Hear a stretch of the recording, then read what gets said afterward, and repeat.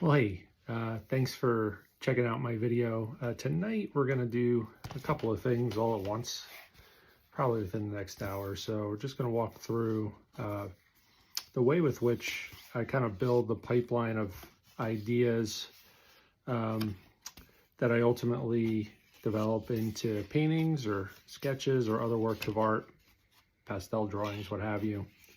I've come to call it, I've borrowed a term that I learned I think I first heard the term. I can't remember quite where, but it might have been while watching Art School Live with Eric Rhodes. There was a guest, if I remember the artist's name correctly, it might have been Patricia Watwood, I think was her name. And she shared in an interview her process for kind of processing ideas that she comes across.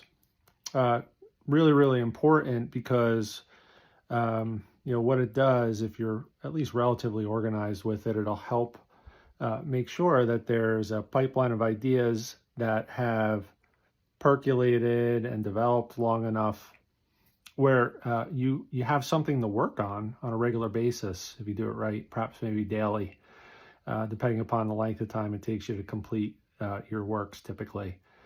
So in my case, I'm constantly on the hunt for ideas that would allow me to complete works within about an hour, because that's typically what I'll have, with the way our lives are set up currently. And I've adopted or appropriated that term of creative composting because I think it's a great analogy. And basically the way I kind of define that process is, I look for ideas. I observe things that catch my attention and seem interesting. I'll capture enough information and store it so I can draw off it. Sometimes I'll take direct and immediate action, but oftentimes it'll percolate for a while, and then, the thought process, both consciously and subconsciously, around how I might be able to tackle a particular project becomes clear, and then I'll go ahead and I'll do it.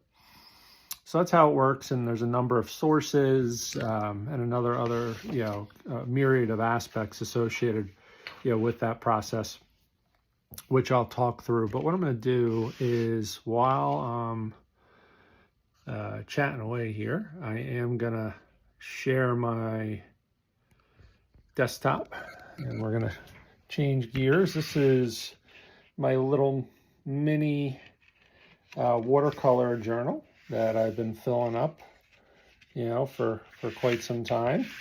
And I've showed it here on my channel a couple of times. There's all kinds of watercolor paintings in here, and some of these are evidence of my creative composting process. And this sort of journal actually is part of that process as well.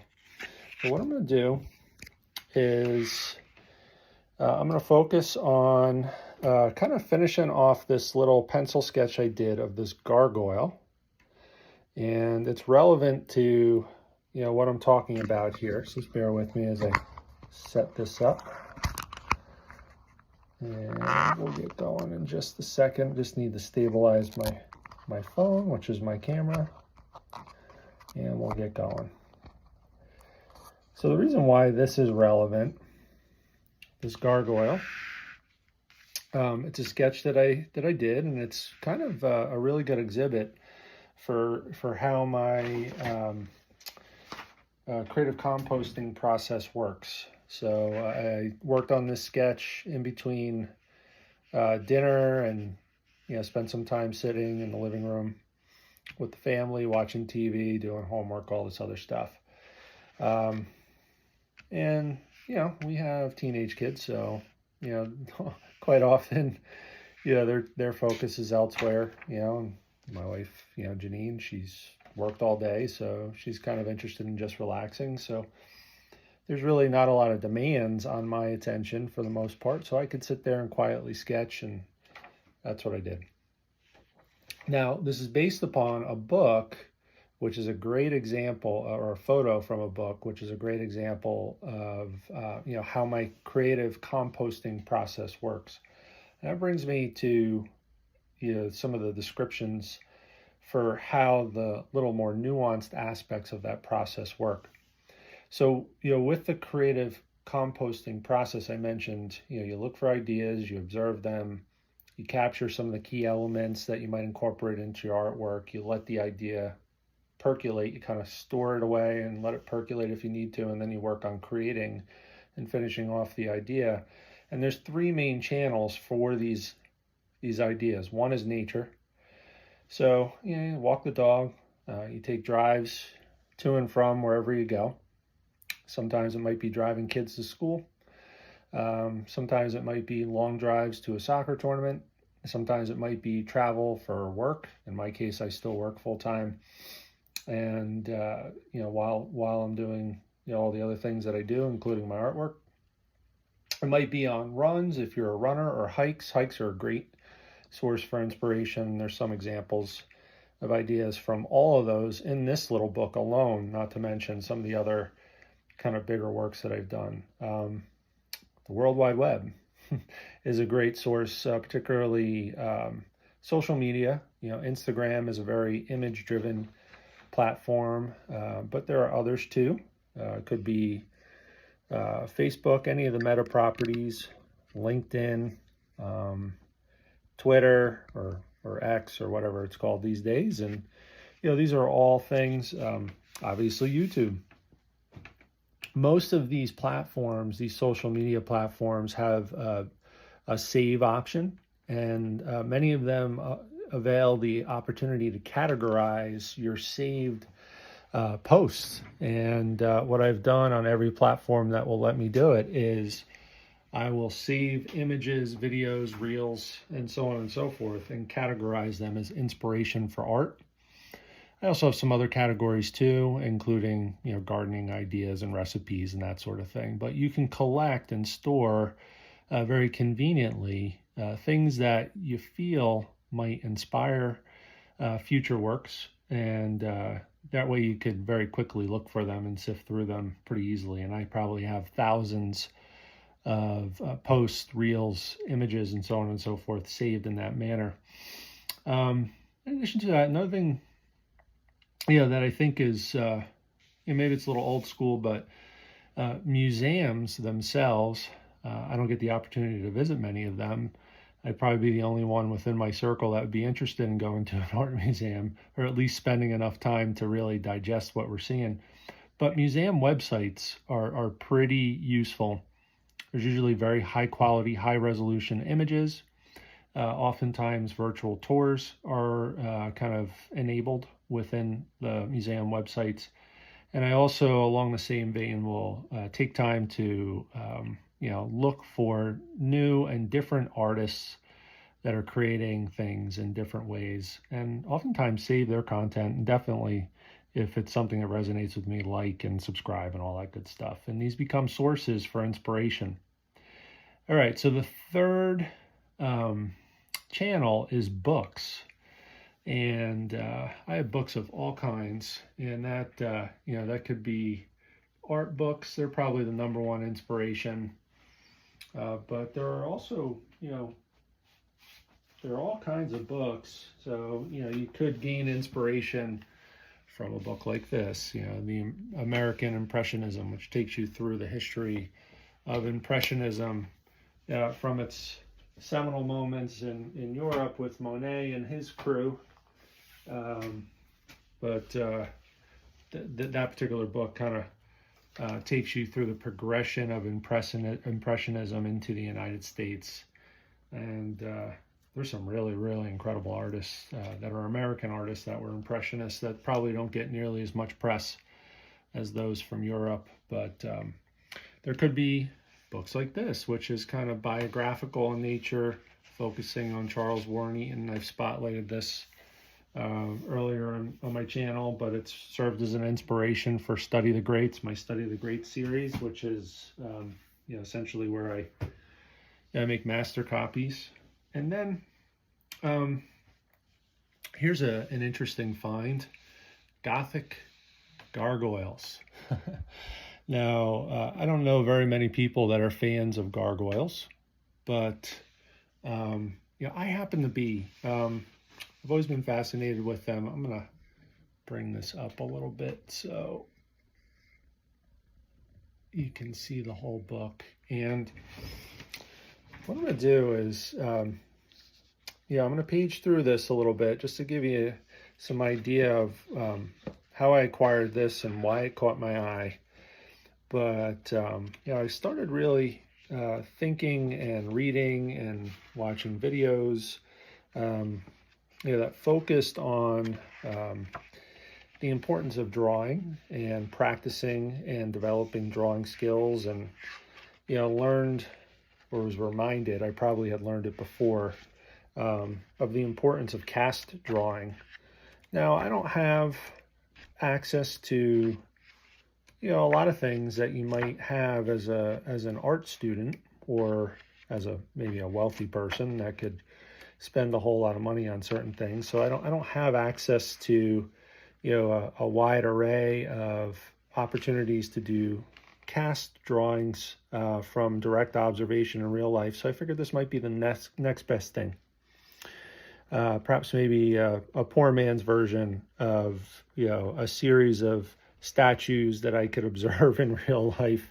Instead, I look at these wonderful, sometimes very simple, geometrically shaped statues that all are high quality photos. All the lighting is set such that it creates some interesting shadows. So there's a lot of opportunities in this book to practice that way. Again, like I mentioned, maybe the poor man's version of cast drawing. So that's what I based this little sketch from. I didn't spend nearly as much time as I probably should have, but what I plan on doing is just leveraging the existing simplified value sketch to do a little watercolor painting while we kind of finish out the discussion about my process for creative composting. And here's the original photo. You can see there's a lot of detail in the background, and you can get a real sense for the three-dimensional shape of this gargoyle on the corner of this building. And I'm gonna use that to fill the very last page in my sketchbook here.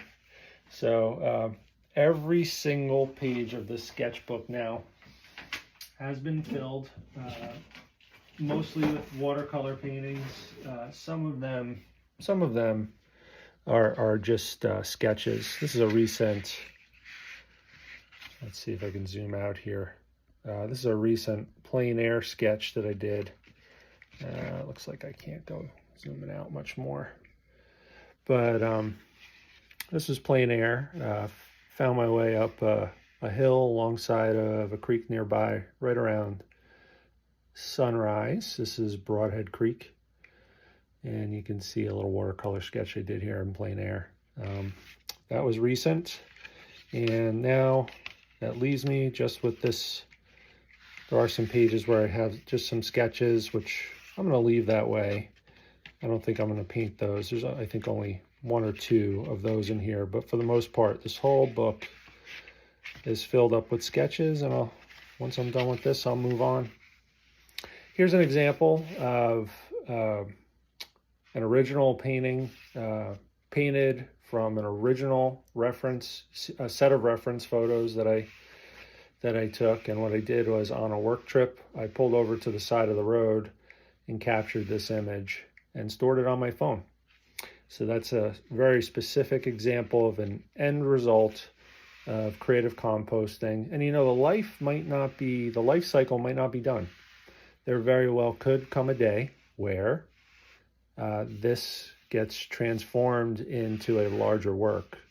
As I look at the existing painting and identify areas that I might have approached differently, or ways or ideas to enhance the painting, perhaps maybe I'll become inspired to transform that into a larger work. From direct observation, it's a crow up in a series of tree branches. From direct observation, right in our front yard, after a snowfall, end of day, long cast shadows, sprig of evergreen growing out of an old dried out stump. There's a Guinness. There's a tree that our kids used to climb on. Sketch, pencil sketch done during a hike, guided hike. Painted it after the fact. You know, it goes on and on and on. Here's another quasi-cast painting. I did this from direct observation. This is a planter that my wife Janine uses that I painted right here in my studio. So anyway, this will get stored away, and this is an example of a storage solution for some of those ideas and part of the process. So there are other storage ideas, and that's a really important part of the process, because you can capture all of the ideas that you want, or observe all the great ideas that you want. If you don't have a great way to store them in a way that allows you to retrieve them easily, just getting some water ready here, you're going to lose them. I mean, there are some people with photographic memories and that have really organized minds that could probably store great ideas and retrieve them at will. I am not one of them. I think most artists probably aren't. So storage of ideas that you're quote-unquote composting is a really good idea, and to develop a really effective way to do that. And the way I do that is hard copies of images in folders, binders, and books. I showed you one example of that earlier. Save files on social media. I mentioned that earlier. Also, I bookmark a lot of sites and web pages in browsers. So some of those museum sites, for example, and hard copies of pictures and videos. So I actually do have a couple of folders and binders stored away. Here's an example of an inexpensive one. It's actually labeled Creative Composting, and you know, I marked it save just so it doesn't accidentally get thrown out in the event that I clean out my office. But yeah, there are some ideas that come from all sorts of sources. Here's an anniversary card. There is some sort of a painting here that I thought would present an interesting idea, perhaps maybe sometime down the road. Here's an old image of me playing baseball back in my college days. There's a couple things that I've been working on for a long time. I already did some sketches of this, but splicing together a couple of photographs of our kids when they were much younger, and their grandfather playing with a trumpet on his deck. So I've done some sketches of that and plan on finishing that off. There are many, many, many, many ideas here. I did a sketch of this. This is my great-grandpa, who actually lived out this way in northeastern Pennsylvania, my younger brother Mike and myself when we were much, much younger. So all kinds of ideas in here stored away, and I can reference them when I need to. And every now and again, I'll open this up and it'll trigger some inspiration or a reminder. Here's an example of some of that splicing together of source material. And that's kind of the idea for the painting that I plan on doing. And I'd started it a couple times and stopped it. There were problems that I just wasn't able to figure out, but I'm getting closer to being able to finish that one of these days. So there you have it. That's how I build and manage my pipeline of ideas. And that's so, so important. One of the worst things I think that could happen is to be in a situation where you have time to create, but you don't have any ideas. That's just a terrible thing. I think, to find yourself dealing with. So I'm going to take some ultramarine blue. And I'm just going to put that in my little pan here. It's another pencil box that I saved. This one's a little bit bigger. And I tend to use it when I'm painting on a flat surface like this. I do most of my watercolor painting nowadays on my plein air rig, which I've spotlighted before on the channel.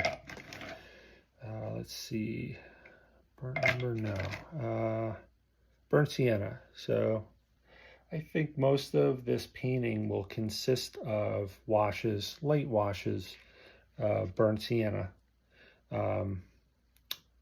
ultramarine blue, and there'll be a varying degrees of, I'll probably dry brush most of it, maybe with the exception of the sky, but of varying degrees of saturation and varying degrees of layers.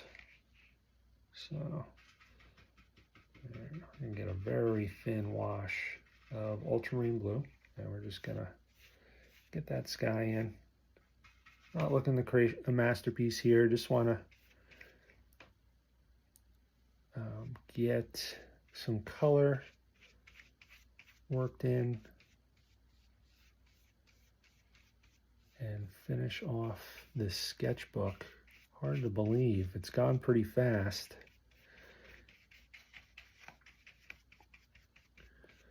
And then I'll show you perhaps maybe when we wrap up if we're able to do this in less than 60 minutes, which I think we should be. With what I envision doing here, it shouldn't take that long. I'll show you my next sketchbook, which I'll probably start sometime this weekend. Larger scale, which is kind of exciting, and slightly different weighting in the paper.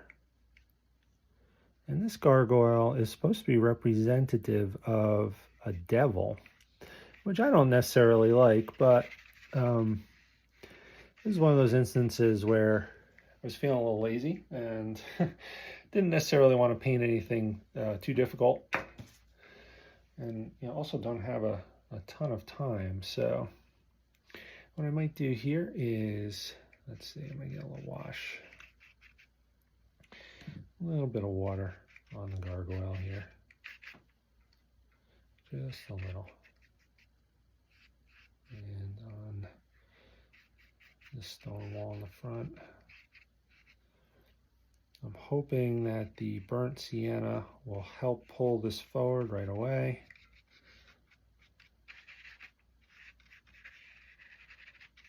And hopefully dry pretty quick. Let's see. It's probably going to be a little bit warmer than the actual stonework, and that's okay. I might come over it with a little bit of China white. And if I need to cool things off in certain areas within the statue and the stonework. And who knows, maybe I'm kind of just playing here, not taking this real seriously and not too concerned about making terribly good painting. And I'll get this in the book and into my little sketchbook, and maybe at some point in the future this too will become painting that I'll scale up and try to create some narrative around it or something along those lines. We'll see.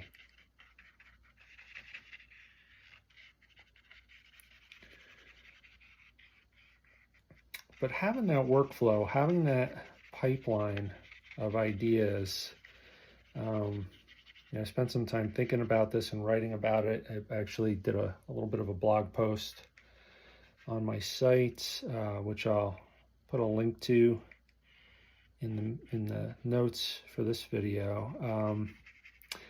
Having this kind of process, if it doesn't take a lot of effort, it doesn't take any money. It could hardly take any time. You could set it up so you do it as part of your normal routine.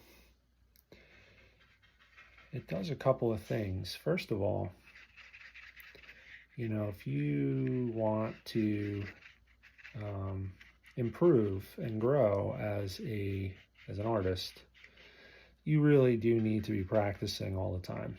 You do. I mean, you could obviously take breaks if you need to, but And if you don't have ideas that are on the ready to go, it's really hard to practice. The other thing too is if you're trying to generate an income and paintings start to sell, and you don't have ideas for what you're going to do, that creates some issues too. So now what I'm going to do is I'm going to mix up. I haven't tried this before, so I don't know what the result's going to be here. I'm going to try and mix these colors, the ultramarine blue and the raw sienna. I'm hoping I'll get a interesting gray, and I think I will. It's kind of greenish, kind of a greenish gray. And some of that might be due to some of the residue on this brush. I'm going to go ahead and get some of that in.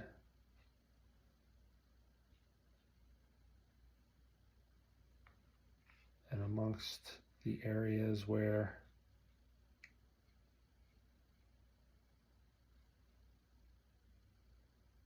we have buildings. And then I'm going to switch brushes, and I want to stick with a straight edge flat brush.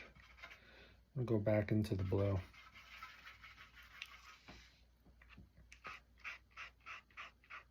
There are going to be some areas where the sky is going to be reflecting off of rooftops.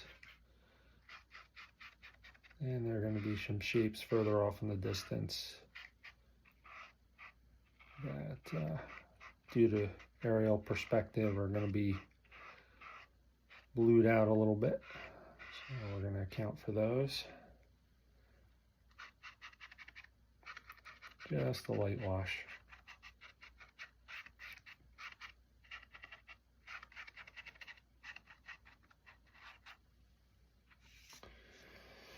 And we'll get some of this gray on there too.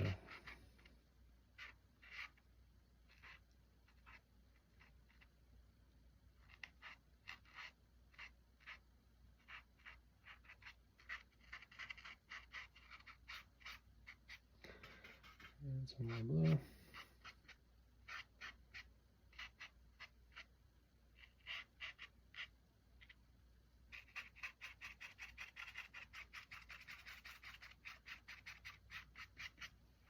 There we go. All right, so I might take some of this blue, now that this area is dried a little bit, and we'll use that to enhance some of the shadows. Don't want to overdo it.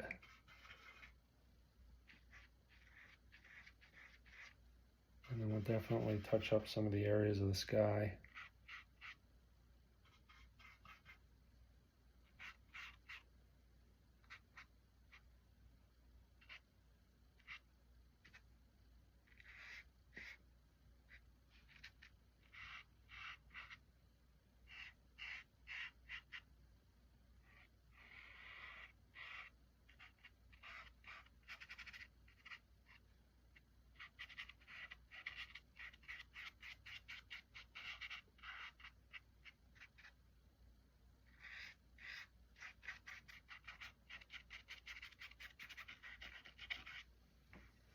Okay.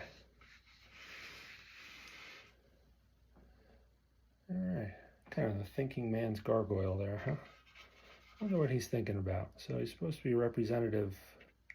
He's supposed to be a devil. I'm sure he's not thinking wonderful things. And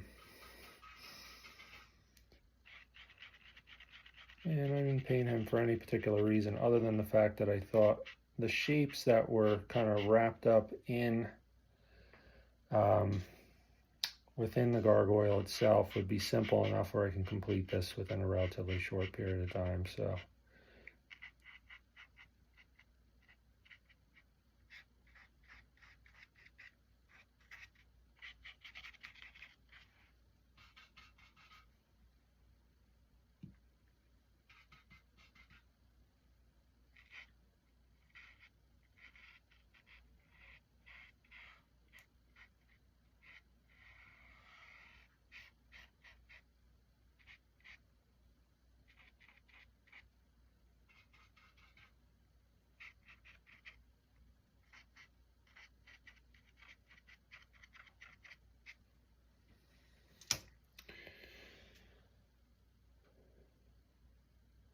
Let's see, I'm gonna take my big flat brush and toward the top of the sky, I'm gonna darken it a little bit.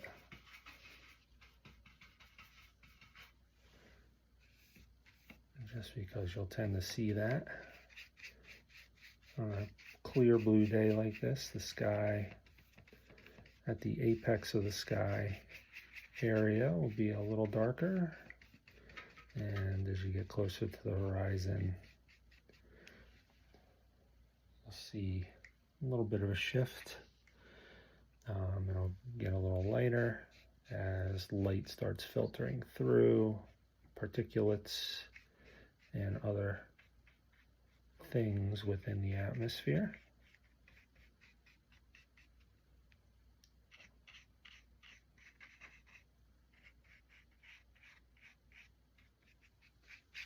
There we go.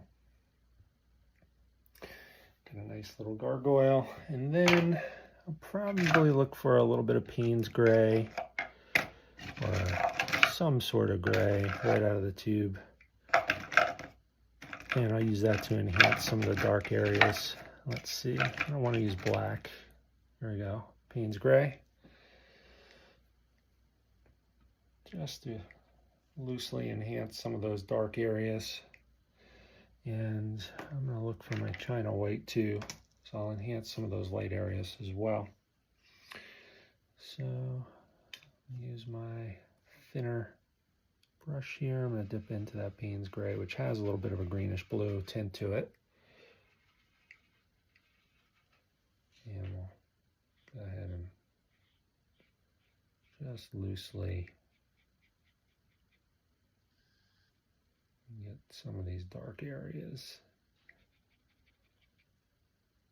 enhanced a little bit. Some of the deeper, darker shadows.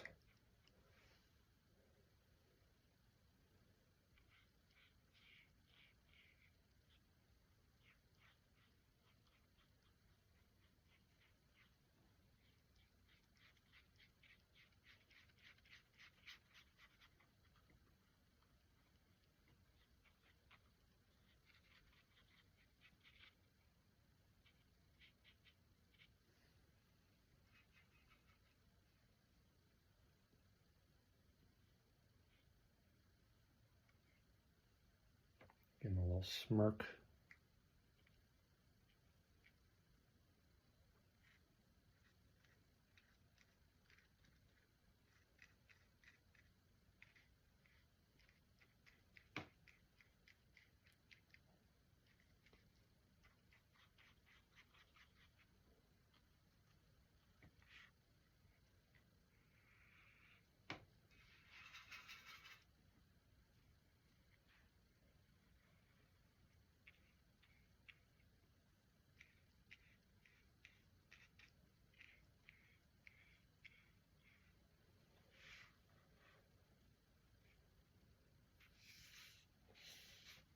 And I'm going to say his mouth, the inside of the palm of the hand, under his chin, a little bit around his hand here.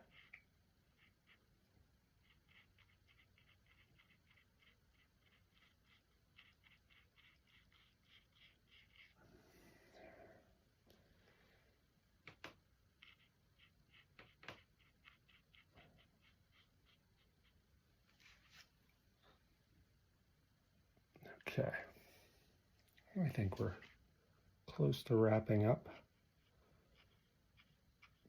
this little watercolor sketch of my gargoyle friend here. I might touch it up here and there, but for the most part, this was just for fun. Poor man's version of a cast drawing, if you will. You know, I'm not in a position where I have access to a lot of museum material and that sort of thing, so this will do. And maybe I'll get some of this on my flat brush worked in to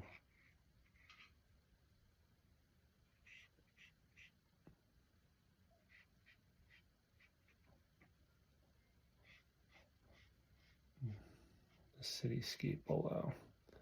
Just a rough representation, obviously, of a cityscape.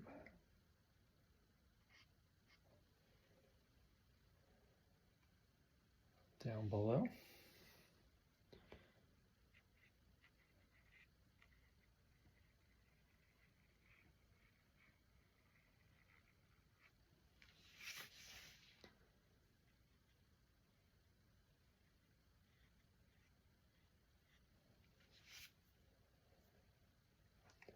And I think that's close enough.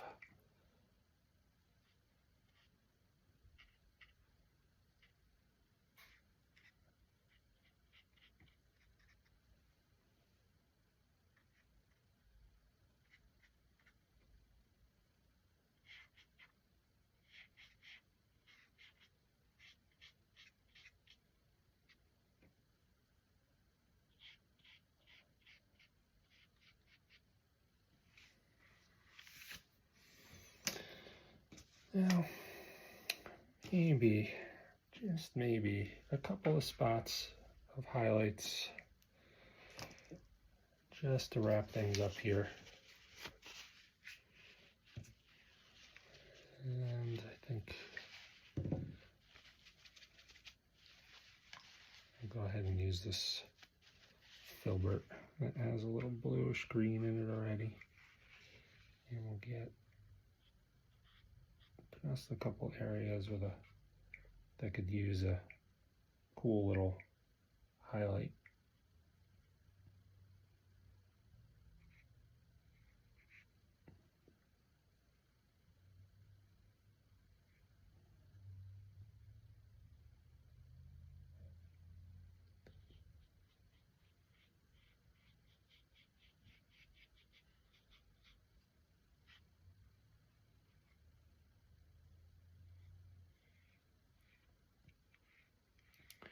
Now I could have lifted some of this watercolor paint out as a means of achieving the effect of some highlights here, and it might have been even much more effective than what I'm doing, but I just didn't feel like doing it. So I thought about it,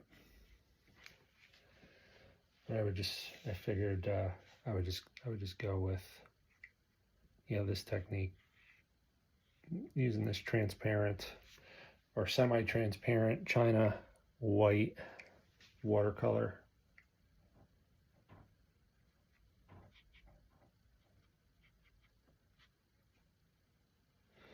Let's see, probably maybe enhance some clouds.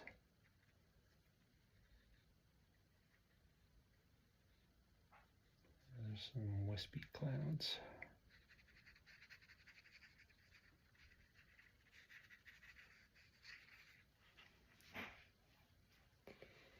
And maybe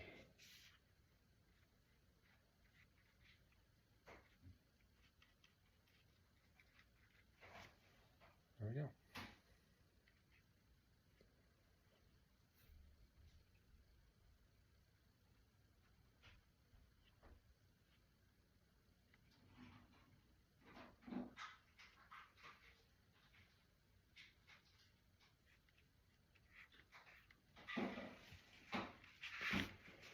And one more little highlight here. And then maybe one more little low light, or series of low lights, or deeper shadows enhanced here.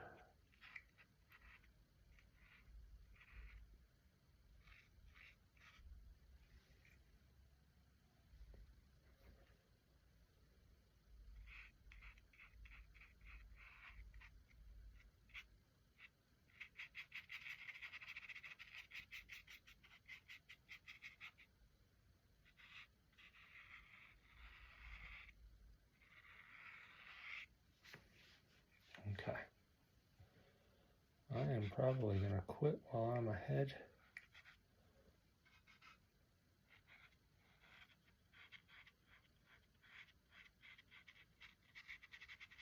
This should be the darkest spot on the whole image right here.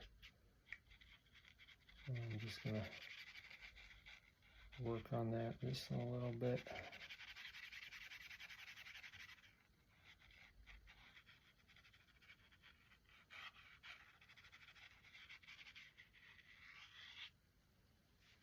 And there we go. There you have it, my little gargoyle painting.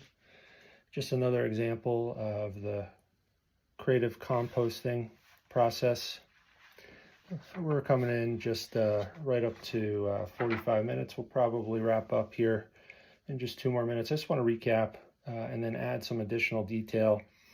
Kind of spotlighted my own version of creative composting, which is the way with which I organize creative ideas that I see, that I ultimately turn into, in an organic way, works of art. Not an original idea. Learned of it originally on Eric Rhodes' Art School Live on an interview he did. I believe the artist's name is Patricia Watwood. And my own version of it includes, looking for images, ideas, and scenes, including faces and interesting things, observing them, capturing some reference material that would help me, produce a work of art from that particular idea, storing it, letting it percolate, and then coming up with a plan for creating the idea that I have in mind. And 3 main channels for finding these ideas include nature, the web, World Wide Web, and books. My main ways of storing those ideas include folders, save files on social media, bookmarking of sites, pictures and videos on my phone. And the one thing that I didn't mention is that I oftentimes will recruit help. I'll encourage my wife Janine and our kids, our 17-year-old kids, to snap pictures and send them to me, or take videos. And sometimes, we'll be on a car ride somewhere, and I'll say, "Oh, can you take a picture of that?" Or we're walking somewhere and I don't have my phone. Take a picture of that, or take a video of that and send it to me. And in any event, hopefully you found this helpful. Hopefully you felt that it was maybe a little entertaining watching me complete my little cast painting, if you will, watercolor painting, in my little journal, which has a whole bunch of ideas. That was the very last page that I'm going to enter ideas into within this journal. And I'm going to move on to my next watercolor journal. I think I'll be quite busy, if all things go as planned, over the coming days and weeks and months. Slightly larger journal. And so it'll take more time, it'll take more paint, but hopefully I'll be able to capture, some scenes that, really are appealing to me. I'll pretty much carry that wherever I go and take it on trips, and hopefully a lot of plein air painting as spring weather comes our way here in the Northeast. So in any event, thanks for checking out my video. If this is useful, if you found it helpful, entertaining, or funny, I know it can be quite goofy. Spot me a like, share, subscribe. I'd appreciate that. Helps me reach more folks. Check out some of my other videos. Check out the blog post that I wrote a few weeks back that kind of outlines some of the same ideas and provides more examples of how I use this creative composting methodology to keep my pipeline of fresh, new art-related inspired ideas in the pipeline, so I can continuously work and improve and hone my craft. If it's something that's new to you, perhaps maybe it'll help you too. And if that's the case, again, like, share, and subscribe. I'd greatly appreciate it. Thanks for watching. Have a great rest of your evening and stay well.